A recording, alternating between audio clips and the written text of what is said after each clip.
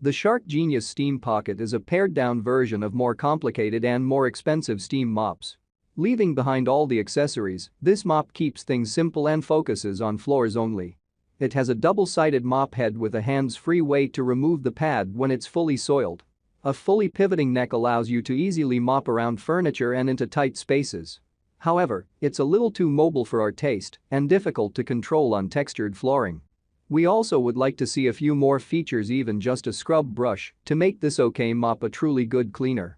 Reasons to buy. Double-sided mop head. Hands-free pad changing.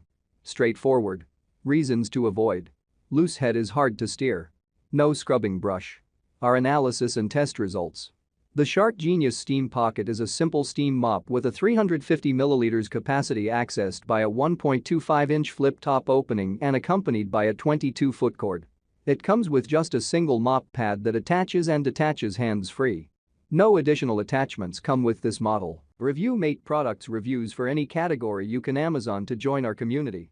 Hits the subscribe button below, and if you notified, just click the bell icon.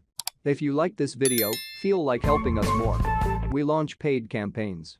We can continue to create free review videos for you. If you want to know about the price and other information, be sure to check my description below.